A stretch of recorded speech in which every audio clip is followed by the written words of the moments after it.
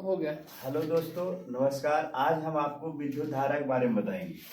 विद्युत धारा का मतलब क्या होता है, आप कॉपी निकाल करके हेडलाइन लगा सकते हैं। विद्युत धारा, विद्युत धारा से मतलब है कि आवेशों का एक स्थान से दूसरे स्थान तक प्रवाह, तो इसको क्या कहते हैं, विद्युत धारा।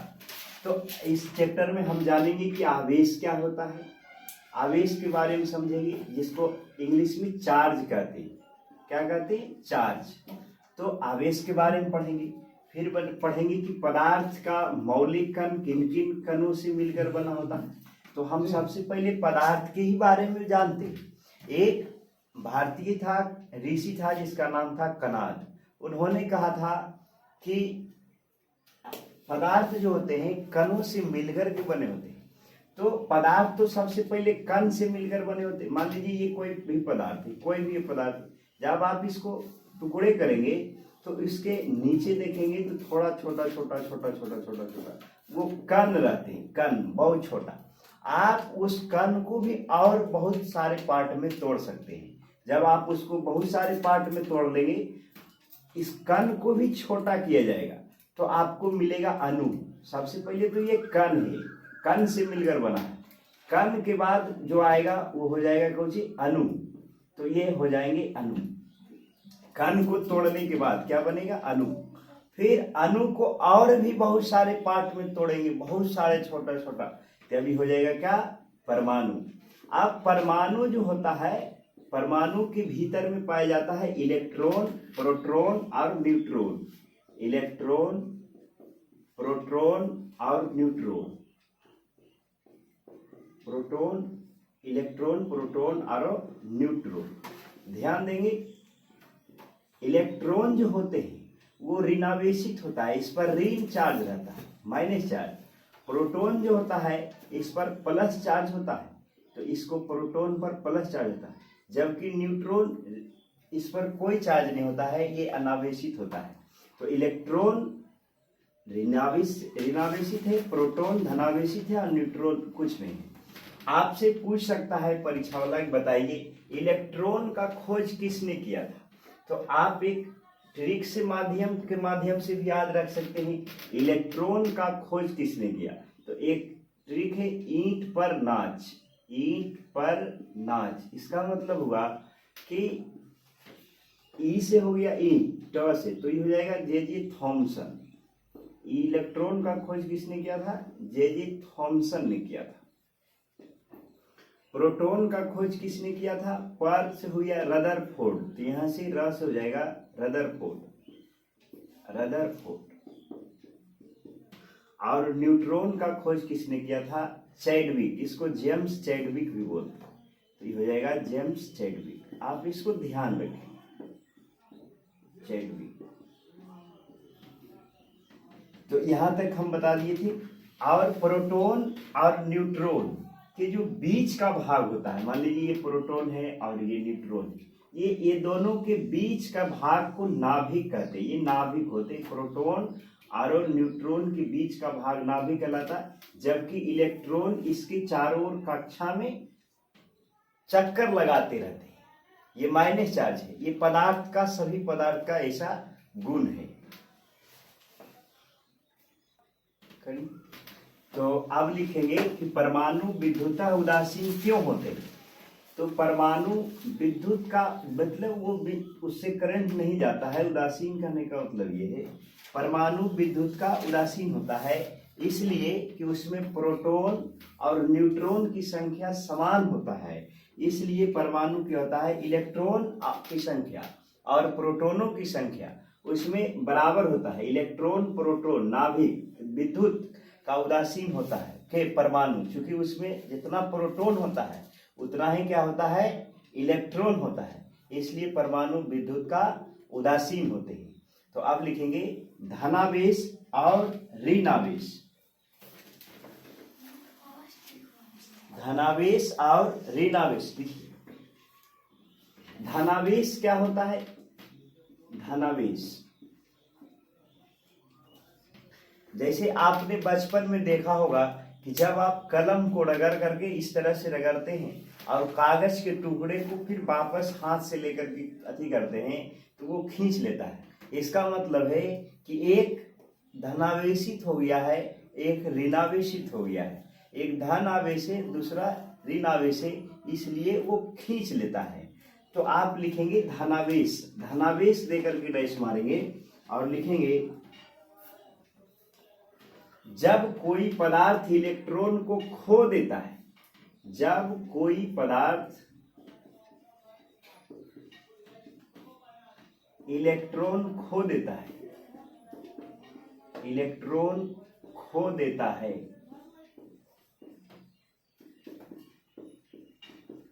जब कोई पदार्थ इलेक्ट्रॉन खो देता है, खो देने का मतलब है कि वह दे दिया, किसी को जब दे देगा तो वो धनावेशित है। धन को आप समझेंगे जैसे राजा है, धन मतलब होता है राजा।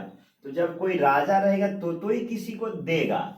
जब किसी को कोई इलेक्ट्रॉन, अपना इलेक्ट्रॉन किसी को दे देगा तो हम उसको क्या बोलेंगे? धनावेश। आप उधर नहीं इधर ध्यान देंगे, है। तो धनावेश किसको कहते हैं? जब कोई पदार्थ इलेक्ट्रॉन दूसरे को दे देगा, जैसे इस पर ऐसे किए तो ये अपना इलेक्ट्रॉन उसको दे दिया, या तो वो दे दिया होगा इसको, तो एक उसमें धनावेश हो जाता है, एक ऋण आवेश। तो उसको जब कोई दे देगा किसी को, तो जो दे रहा है वो की कहलाएगा? धनावेश। और जो ग्रहण करेगा वो ऋण आवेश। तो ऋण आवेश क्या होते हैं? ऋण आवेश देकर डैश मारेंगे। ऋण आवेश जब कोई पदार्थ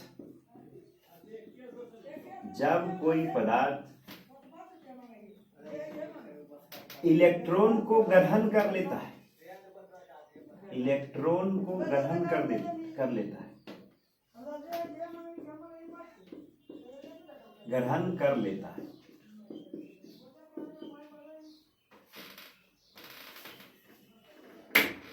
तो उसे ऋणावेश कहते हैं।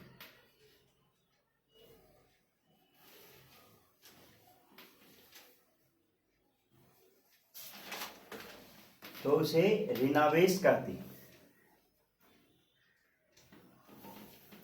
तो इसका मतलब ये हुआ कि हम आपस में वस्तु को रगड़ते हैं। मान लीजिए ये वस्तु A है और ये वस्तु B है। जब हम इसको आपस में रगड़ते हैं तो इलेक्ट्रॉनों का आदान प्रदान हो जाता है, इलेक्ट्रॉनों का आदान प्रदान होता है। इसी से धन आवेश और ऋण आवेश बनते हैं कि नहीं? तो ऋण आवेश और धन आवेश कब बनता है? जब किसी वस्तु को एक दूसरे पर रगड़ते हैं। इससे तो आपको ये भी पता चला कि आवेश न तो उत्पन्न किया जाता है और न ही बनाया जाता है। ये तो केवल एक पदार्थ से दूसरे पदार्थ पर चला जाता है। हम बनाए उसको थोड़े नहीं, इस पर पहले से था तो उस पर चला गया। तो धन आवेश और ऋण आवेश उत्पन्न नहीं किए जाते हैं, बल्कि ये संरक्षित रहते हैं। तो आप लिखेंगे आवेश संरक्षित रहता है, इसे न तो उत्पन्न किया जा सकता है और न ही नष्ट किया जा सकता है। आवेश संरक्षित रहता है, इसे न तो उत्पन्न किया जा सकता है और न ही नष्ट किया जा सकता है।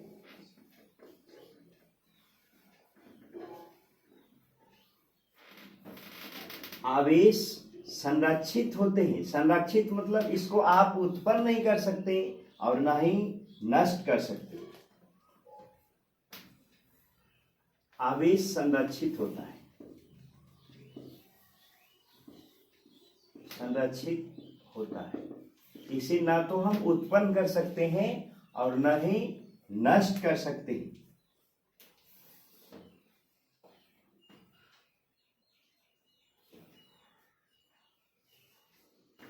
अब अगला लिखेंगे चालक पदार्थ। तो जब आप आवेश समझ गए, धन आवेश समझ गए, धन आवेश किसको कहते हैं, ऋण आवेश किसको कहते हैं, ये समझ गए। जब इलेक्ट्रॉन कोई पा लेगा तो वो क्या कहलाएगा, बोलिए। जब कोई पा लेगा तो ऋण आवेश, और जब कोई ग्रहण करेगा मतलब त्याग देगा तो वो धन आवेश। त्यागता कौन है, जो राजा रहता है, यानी कि जो त्यागेगा वो धन आवेश, और जो ग्रहण करेगा वो ऋण आवेश। तो यहां तक समझ गए। अब लिखेंगे चालक और विद्युत रोधी। चालक पदार्थ एक होते हैं चालक पदार्थ, एक होता है विद्युत रोधी पदार्थ और विद्युत रोधी पदार्थ।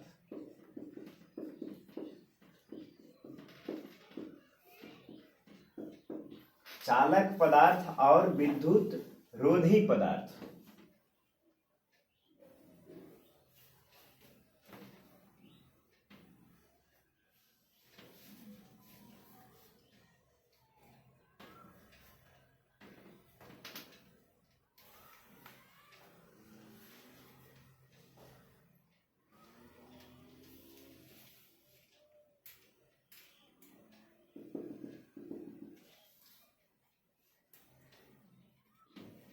यही है, हम दो चीज का यहाँ फिगर बनाए हैं। ये चालक पदार्थ जैसे ये कोई धातु का है, आप इसे एल्युमिनियम, सोना कुछ भी मान सकते हैं। तांबा मान लेते हैं, ये कॉपर का वायर है, ये तांबा का तार है। तांबा के तार से ये जो है धातु, जो है ये धातु है। तो एक ऐसे पदार्थ होते हैं जिनसे आवेश एक स्थान से दूसरे स्थान तक चला जाता है, तो उसको क्या कहते हैं? चालक पदार्थ। ऐसे पदार्थ जिनसे होकर आवेश एक बिंदु से लेकर के अंतिम बिंदु तक चला जाएगा, तो उसको हम क्या कहेंगे? चालक पदार्थ। जिससे आवेश होकर एक बिंदु लिखे, वैसे पदार्थ जिनसे होकर विद्युत आवेश एक भाग से दूसरे भाग तक चला जाता है, वैसे पदार्थ जिनसे विद्युत आवेश एक भाग से दूसरे भाग तक चला जाता है,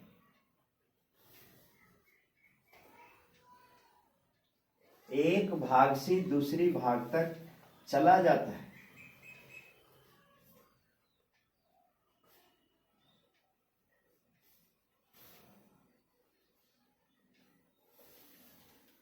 उसे चालक कहते हैं।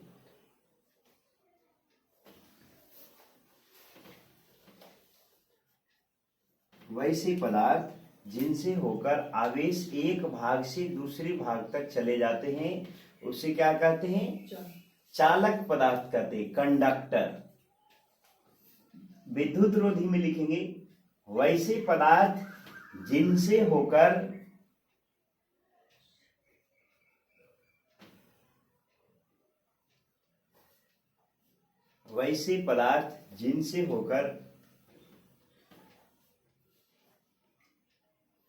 विद्युत धारा एक स्थान से आवेश एक स्थान से दूसरे स्थान तक नहीं जाता है, वैसे पदार्थ जिनसे होकर आवेश एक स्थान से दूसरे स्थान तक नहीं जाता है,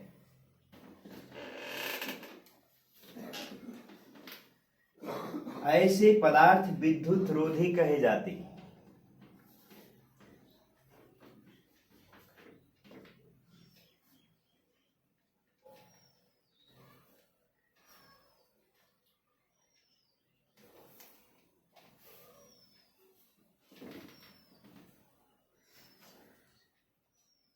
तो हमने यहाँ एक तांबा का वायर लिया है और यहाँ लिया है चप्पल।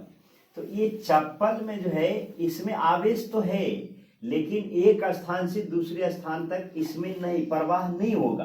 किसका? आवेश का, या बोले तो इलेक्ट्रॉन का। लेकिन इसमें आवेश एक बिंदु से दूसरे बिंदु तक चला जाएगा। जब एक बिंदु से दूसरे बिंदु तक चला जाएगा तो हम इसको चालक पदार्थ कहते हैं। जो चालक पदार्थ होते हैं उसमें करंट भी एक स्थान से दूसरे स्थान तक चला जाएगा। समझ रहे बात? तो ये तांबा का जो तार है, इससे एक स्थान से दूसरे स्थान तक विद्युत चले जाएंगे, जबकि विद्युत रोधी पदार्थ में ऐसा नहीं है। ये चप्पल है, चप्पल तो आप सब पहनते ही होंगे, तो ये जानते हैं। ये चप्पल से जो है विद्युत, ये आवेश एक स्थान से दूसरे स्थान तक नहीं जाएगा, तो इसको हम क्या बोलेंगे? विद्युत रोधी पदार्थ। जिनसे आवेश एक स्थान से दूसरे स्थान तक नहीं जाता है, हम उसको क्या कहते हैं? विद्युत रोधी पदार्थ। तो ऐसा कौन सा चालक है जिससे कि बोलता है बहुत ज्यादा मात्रा में आवेश एक स्थान से दूसरे स्थान तक जाएगा? ये चालक पदार्थ कहिए या कहिए इससे करंट मारेगा। जब करंट मार देगा आपको झंझनाहट आएगा, तो हम जबकि चप्पल से छुएंगे किसी को तो हमको करंट नहीं मारेगा, तो ये हो गया। जबकि ये तार हम सटा करके छुएंगे, नंगा वायर, नेक्ड वायर जिसको कहते हैं, तो उसको छूने से क्या होगा, झंझनाहट उत्पन्न होगा, तो हम उसको क्या कहेंगे, ये चालक पदार्थ है। जैसे हो गया एल्युमिनियम का तार हो गया, चांदी हो गया, सोना हो गया। तो आप बता सकते हैं मनुष्य क्या है, चालक पदार्थ है या विद्युत रोधी पदार्थ? आप कमेंट करके बताइए। मनुष्य का जो है मनुष्य खुद जो है चालक पदार्थ है। मनुष्य में एक स्थान से दूसरे स्थान तक की बोलता है चला जाएगा, प्रवाह हो जाएगा किसका, आवेश का।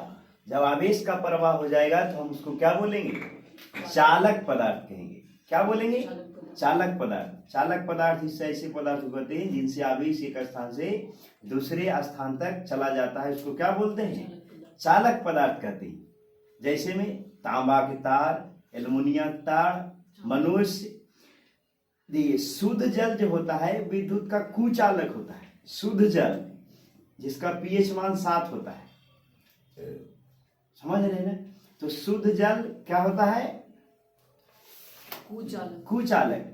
जबकि गंदा जल जो रहेगा उससे आवेश एक जगह से दूसरी जगह चला जाएगा, तो उसको क्या बोलते हैं, सुचालक कहते हैं या चालक पदार्थ कहते हैं। तो गंदा जल सुचालक है, चालक है, और शुद्ध जल विद्युत रोधी। हाँ, बंद करिए ऊपर से। आप समझते हैं आवेशन किसको कहते हैं, आवेशन इसको अंग्रेजी में कहते हैं कंडक्शन। आप हेडलाइन दे करके डैश मारेंगे कंडक्शन का, CONDUCTION, कंडक्शन मतलब आवेशन। तो आवेश का एक स्थान से दूसरे स्थान तक जाना ही क्या कहलाता है, आवेशन कहलाता है। आवेश का एक स्थान से दूसरे स्थान तक जाना आवेशन कहलाता है। आवेश का एक स्थान से दूसरे स्थान तक जाना आवेशन कहलाता है, कंडक्शन। आवेश का एक स्थान से दूसरे स्थान तक जाना आवेशन कहलाता है, आवेशन। आवेश का एक स्थान से दूसरे स्थान तक जाना आवेशन कहलाता है। आवेश का एक स्थान से दूसरे स्थान तक गमन क्या कहलाता है, आवेशन। आवेश किसको कहते हैं, जब कोई पदार्थ इलेक्ट्रॉन को ग्रहण कर लेता है या त्याग कर देता है, नहीं तो वो क्या हो जाता है, आवेशित हो जाता है। ऋण आवेश, आवेश दो प्रकार का होता है, एगो धन आवेश और एक ऋण आवेश। धन आवेश उसको कहते हैं जब कोई त्याग दे रहा है, जैसे राजा आदमी ही कोई चीज को त्याग सकता है, तो धन आवेश। जो त्यागेगा वो धन आवेश, जो ग्रहण करेगा वो ऋण आवेश। आवेश का एक स्थान से दूसरे स्थान तक गमन क्या कहलाता है, आवेशन या कंडक्शन इसको कहते हैं। अब लिखेंगे विद्युत धारा क्या है, या विद्युत धारा किसे कहते हैं, विद्युत धारा किसको कहते हैं, विद्युत धारा।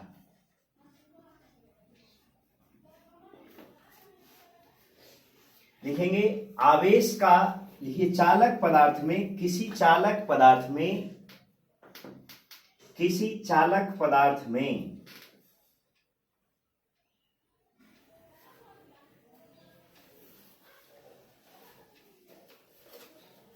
किसी चालक पदार्थ में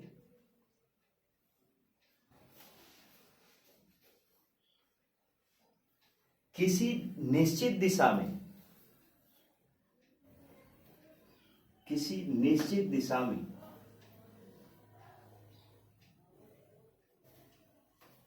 दो बिंदुओं के बीच व्यवस्थित प्रवाह को,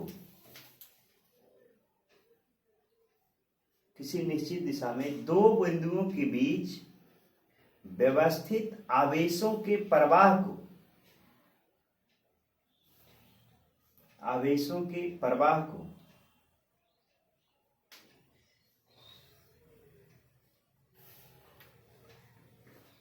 विद्युत धारा कहते हैं।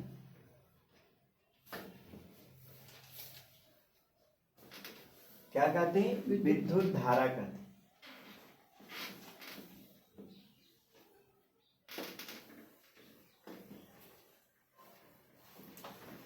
तो ये मान लीजिए कोई पदार्थ है, पदार्थ कैसा रहना चाहिए? चालक पदार्थ रहना चाहिए, कंडक्टर जिसको कहते हैं। जरा से करंट लग जाता है उसको क्या बोलते हैं? चालक पदार्थ। तो आप इससे क्या होगा, आवेश जब इस दिशा में, मान लीजिए इस दिशा में आवेश जा रहा है, जा रहा है नहीं, जा रहा, जाने दीजिए, जाने दीजिए। तो ये आवेश किसी निश्चित दिशा में जब प्रवाह करेगा तो इसमें करंट उत्पन्न हो जाएगा।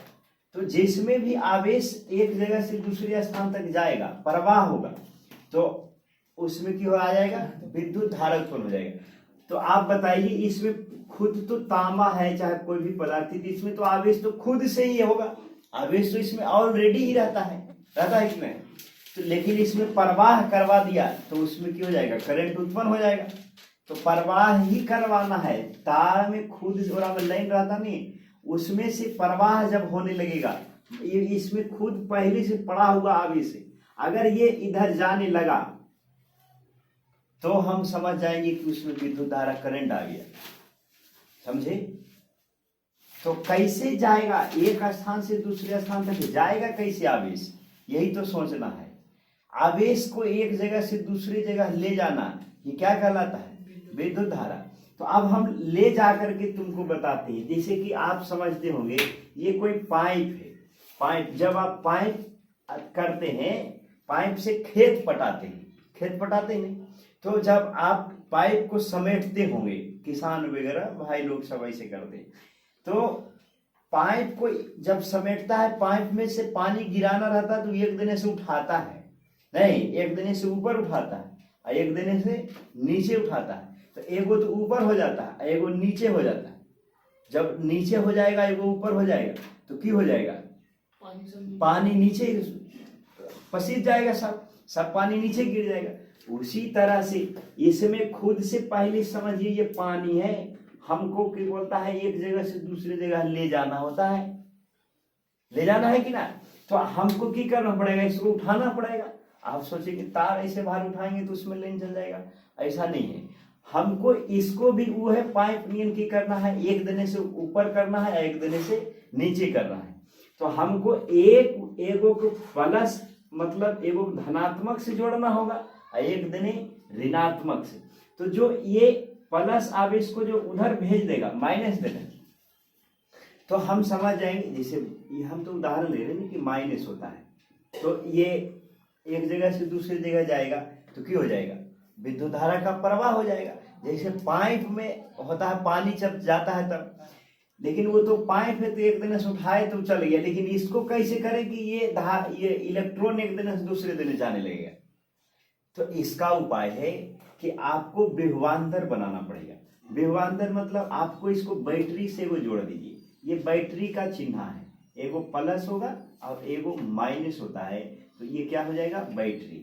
आप जब इसको बैटरी से जोड़ देते हैं तो ये प्लस है और ये माइनस है। एगो प्लस रहना चाहिए, एक माइनस, एक धनात्मक ध्रुव, एक ऋणात्मक ध्रुव। तो प्लस है, ये माइनस है, तो आप तो इसको मिल गया जुगाड़ कि एक दिन ऊंचा है एक दिन नीचा है, तो प्लस से माइनस देने इलेक्ट्रॉन की हो जाएगा, प्रवाह होने लगेगा। तो हम देखेंगे कि तार में क्या हो गया? विद्युत धारा उत्पन्न हो गया। जबकि पाइप में उठाना पड़ता है, इसमें एगो प्लस है एगो माइनस देना पड़ेगा, तब जाकर के क्या होगा। हम आगे पढ़ेंगे बैटरी क्या है, किसने बनाया, कैसे कैसे। तो अभी आप समझ गए विद्युत धारा किसको कहते हैं। किसी चालक पदार्थ में आवेशों के सतत प्रवाह को क्या कहते हैं? विद्युत धारा कहते हैं। अब अभी जो आवेश पढ़े थे, आवेश लिखेंगे, उसमें आवेश के परिमाण का एसआई मात्रक, आवेश के परिमाण का एसआई मात्रक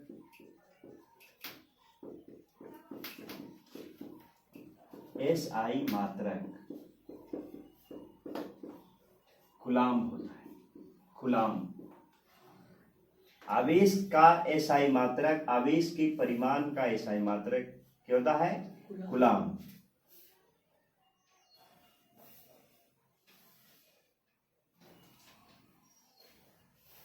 इसे C से सूचित किया जाता है, इसे C से सूचित किया जाता है, इसे C से सूचित किया जाता है। आवेश के परिमाण का एसआई मात्रक कूलाम होता है, इसे C से सूचित किया जाता है। इसको बंद करें। हो गया। तो अब हम समझेंगे विद्युत विभव क्या है। पोटेंशियल एनर्जी इसको बोलते हैं, विद्युत विभव। हम समझेंगे इसमें विद्युत विभव क्या है। गौर से समझिएगा, विद्युत विभव किसको कहते हैं, बहुत ही इंपॉर्टेंट है। अगर हम Q आवेश को अनंत से किसी बिंदु तक लाते हैं तो उसमें कार्य करना पड़ता है, उसके विरुद्ध कार्य। समझते हैं कार्य किसको कहते हैं, ये जैसे Fs cos थीटा, किसी भी वस्तु पर जब बल लगाते हैं, अगर उसमें विस्थापन हो रहा है, थीटा कोण से विस्थापित हो रहा है, तो हम उसको क्या कहते हैं, कार्य कहते हैं। तो जब अनंत पर से कोई बिंदु है, अनंत है, वहां आवेश Q रखा हुआ है, जब हम वो आवेश को कोई बिंदु तक लाएंगे तो लाने में तो कार्य किया जाएगा। तो वो लाने में जो कार्य किया जाता है, लाने में जो कार्य किया जाता है अनंत बिंदु से किसी बिंदु तक, उसी को क्या कहते हैं, विद्युत विभव। तो लिखेंगे आप, किसी बिंदु पर विद्युत विभव कार्य का वह परिमाण है, किसी बिंदु पर विद्युत विभव कार्य का वह परिमाण है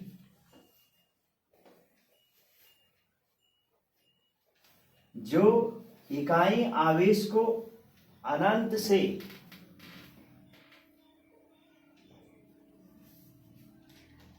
किसी बिंदु पर विद्युत विभव, स्पीड में लिखिए, किसी बिंदु पर विद्युत विभव कार्य का वह परिमाण है जो प्रति इकाई आवेश को, जो प्रति इकाई आवेश को अनंत से उस बिंदु तक लाने में, अनंत से उस बिंदु तक लाने में किया जाता है।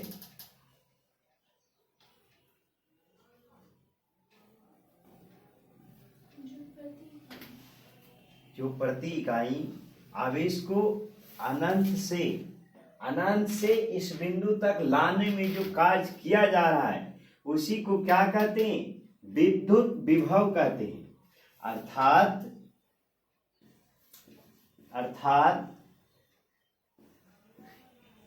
फिर से, किसी बिंदु पर विद्युत विभव कार्य का वह परिमाण है जो प्रति इकाई आवेश को अनंत से उस बिंदु तक, अनंत से उस बिंदु तक लाने में किया जाता है।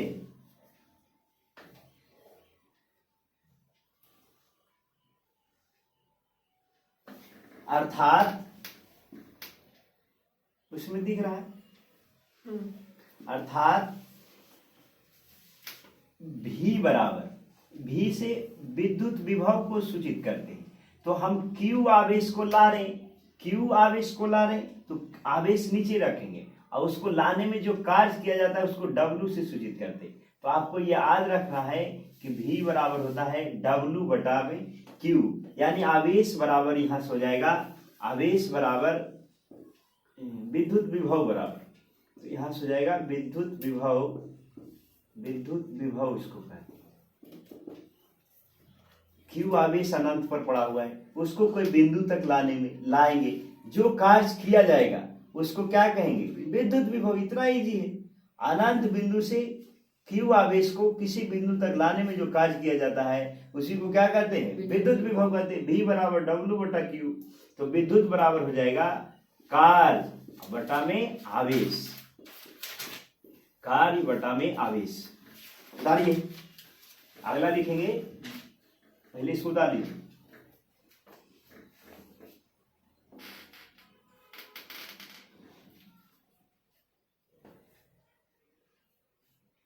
तो अब यहां से आप एक फार्मूला और निकाल सकते हैं, कोना कोनी गुना कर करके W बराबर की हो जाएगा Q भी, चाहे V Q।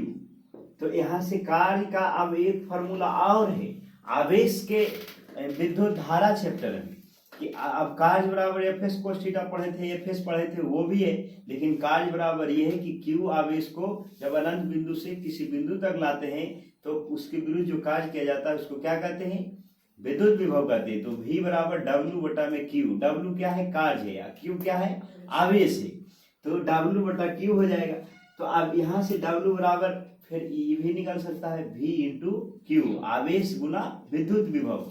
तो इसको क्या कहते हैं, कार्य कहते हैं। अब हम आपको बताते हैं विद्युत विभव का एसआई मात्रक क्या होता है। लिखेंगे विद्युत विभव का एसआई मात्रक, विद्युत विभव का एसआई मात्रक,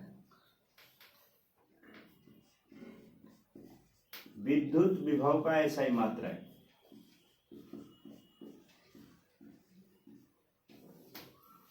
तो हमको जब विद्युत विभव का एसआई मात्रक निकालना है, किसका निकालना है, विद्युत विभव का, तो हम क्या करेंगे, विद्युत विभव का निकालना है, यानी कार्य बटा आवेश का।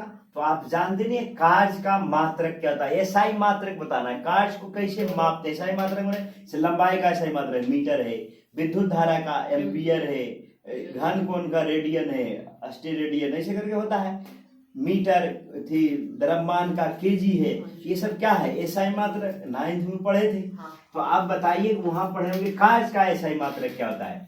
कार्य का एसआई मात्रक जूल होता है, जूल। क्या होता है, जूल। इसको जे से सूचित कर देंगे ना। कार्य का एसआई मात्रक क्या होता है, जूल। और आवेश का एसआई मात्रक अभी तुरंत बताए हैं, आवेश का एसआई मात्रक कूलाम होता है, इसे सी से सूचित करते हैं। क्या करते हैं, सी से। ये हो जाएगा जूल प्रति कूलाम। इसको पढ़ते हैं जूल प्रति कूलाम, यानी जे बटा सी। इसको ऐसे भी कर सकते हैं, ऐसे। ये दोनों सेम लिखा हुआ है, माइनस लिख देना मतलब ये नीचे से ऊपर चला गया है। इसको पढ़ेंगे जूल प्रति कूलाम। क्या पढ़ेंगे, हाँ, जूल प्रति कूलाम। इसको क्या बोलते हैं, जूल प्रति कूलाम।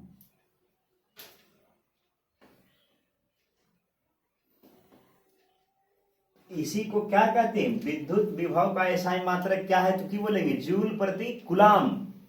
क्या है, जूल प्रति कूलाम है। आवेश का एसआई मात्रक क्या है, जूल प्रति कूलाम। हाँ, विद्युत विभव का एसआई मात्रक। अब गौर से सुनेगा, ध्यान से समझिए। अगर एक कूलाम आवेश को, इसको मिटा देते, अगर एक कूलाम आवेश को, यदि एक कूलाम आवेश को हम किसी बिंदु से लाते, गौर से समझना है, हम एक कूलाम आवेश को लेकर आ रहे हैं, अनंत से ला रहे हैं, कोई बिंदु तक लाए हैं, तो इसको लाने में अगर समझिए 1 जूल कार्य करना पड़ा, 1 जूल कार्य करना पड़े, नहीं समझ रहे हो रहा है। अगर 1 जूल कार्य करना पड़ा, एक कूलाम आवेश को कोई बिंदु से ला रहे हैं, किसी अनंत से ला रहे हैं किसी बिंदु तक, तो उसको लाने में जो कार्य किया जाता है, अगर वो 1 जूल है और एक जूल कार्य किए और 1 कूलाम लेकर के आ रहे हैं, तो ये तो 1 जूल बटा में 1 कूलाम हो गया। इसी को वोल्ट कहते हैं, मतलब 1 जूल और 1 कूलाम, अगर ये दोनों बटा में, तो इसी को हम क्या बोलेंगे, 1 वोल्ट। नाम तो सुना ही होगा वोल्ट का, गाना में भी कहता है, लग गया 440 वोल्ट छूने से तेरे, कहता है ने। इसका मतलब क्या है, 440 वोल्ट का अगर मारेगा तो समझिए कि 1 सेकंड भी वो नहीं बचेगा। ऐसा ही बोल देता है गाना कि बोलता है लग गया 440 वोल्ट, 440 वोल्ट की 120 भी मारेगा तो प्राण खींच लेगा, हैं। तो इसको क्या बोलते हैं, वोल्ट कहते हैं। जूल प्रति कूलाम को ही क्या कहा जाता है, वोल्ट। कहता कितना करंट मार के 440 वोल्ट, 40 बहुत वोल्टेज है। तो लिखिए जूल प्रति कूलाम को वोल्ट कहा जाता है।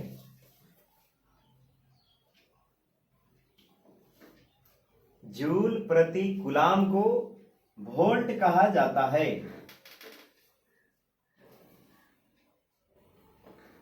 जूल प्रति कूलाम को वोल्ट कहा जाता है।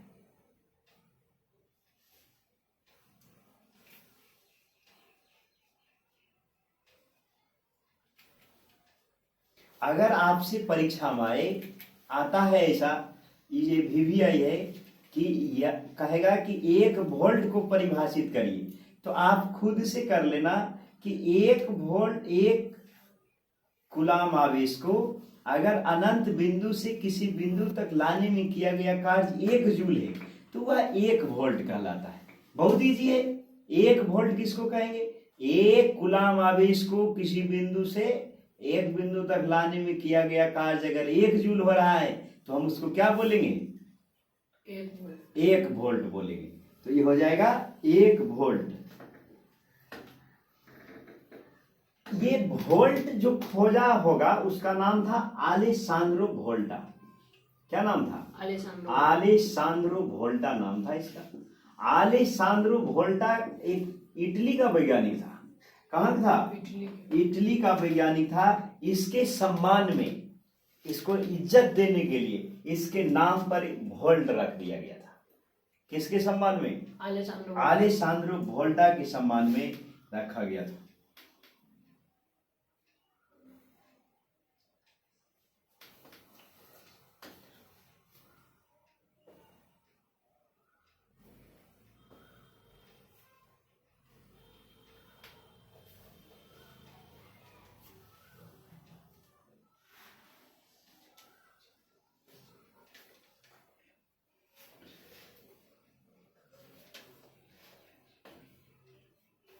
हो गया? तो आप लिख लेंगे क्वेश्चन कि 1 जूल को 1 वोल्ट को परिभाषित करें।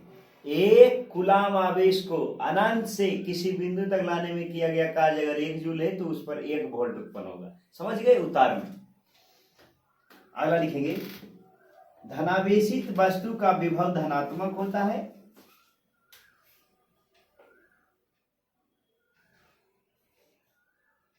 धनावेशित वस्तु का विभव धनात्मक होता है तथा ऋणावेशित वस्तु का विभव ऋणात्मक होता है।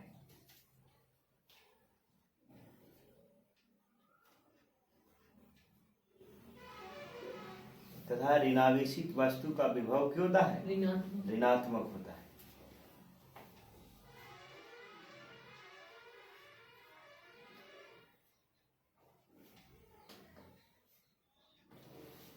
ये भी ध्यान रखेंगे, आलेसांद्रो वोल्टा इटली वैज्ञानिक था। जानकारी के लिए एग्जाम में ये तो आता ही कि उसको बंद करिए। ये विभवांतर क्या है पहले समझ लीजिए। 1 जूल 1 वोल्ट समझ गए। 440 वोल्ट वाला करंट वाला झूठा बात है, ये गाना में ही खाली यूज हो सकता है और रियल लाइफ में नहीं, वो रियल लाइफ का बात। तो अब हम बात कर रहे हैं विद्युत विभव हो गया। विद्युत विभव के बारे में जान गए। धनावेशित 1 वोल्ट के बारे में जान गए। अब याद रखना कि जो धनावेशित वस्तु है तो धनावेशित वस्तु का विभव भी धनात्मक होता है। धनावेशित वस्तु का विभव धनात्मक होता है और ऋणावेशित वस्तु, जैसे कि नहीं समझे, कहने का मतलब एगो सोडियम है, चाहे कोई भी पॉजिटिव चार्ज है, तो इसमें देख रहे हैं कि इसके भीतरी में 2 इलेक्ट्रॉन होगा, फिर 8 को होगा, फिर 1 होगा, तो ये धनावेशित वस्तु है। इस पर अगर पूछेगा सोडियम पर विभव बताइए तो हम कह सकते हैं कि ये गौजी है, धनावेशित वस्तु है, इस पर धनावेशित विभव होगा। धन नहीं, ऋणावेशित रहेगा तो ऋणात्मक विभव उस पर होता है। अब ध्यान देंगे, विभवांतर किसको कहते हैं? एगो हम पढ़े विद्युत विभव, एक पढ़ रहे हैं विभवांतर। दोनों में अंतर है, विभव का ही अंतर है। क्या है? विभव का अंतर। तो विभव का अंतर मतलब विभवांतर। गौर से समझिए, विभवांतर किसको कहते हैं?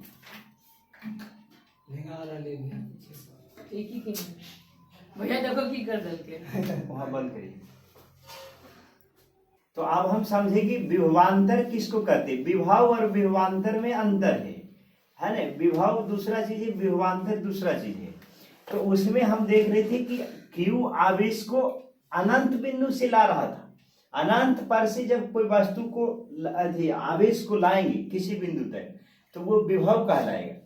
जबकि किसी निश्चित बिंदु से आवेश को लाएंगे, कोई अनंत नहीं है, फिक्स पॉइंट से जब किसी निश्चित बिंदु से लाएंगे, 2 बिंदुओं के बीच, मतलब ये कोई बिंदु है, यहाँ P है, यहाँ Q है, यहाँ आवेश P बिंदु से Q बिंदु तक लाने में जो कार्य किया जाएगा उसको क्या कहेंगे? विभवांतर। लिखेंगे विभवांतर की परिभाषा। दो बिंदुओं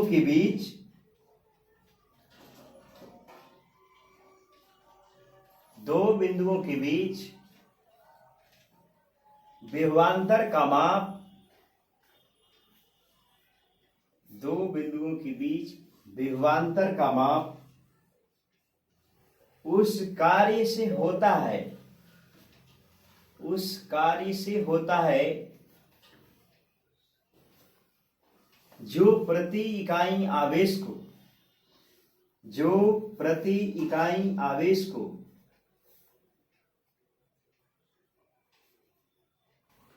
एक बिंदु से दूसरे बिंदु तक ले जाने में किया जाता है।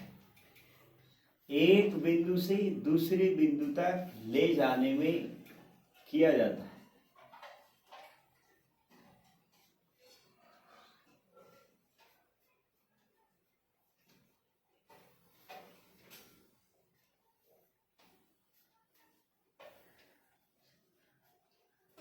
हो गया? तो इसको क्या बोलते हैं? विभवांतर कहते हैं। विभवांतर का भी वही परिभाषा है जो वोल्ट का है ना, समझ गए? आप उसको रोक दीजिए। 3% होगा भैया, उसको रोकिए ना पहले और हम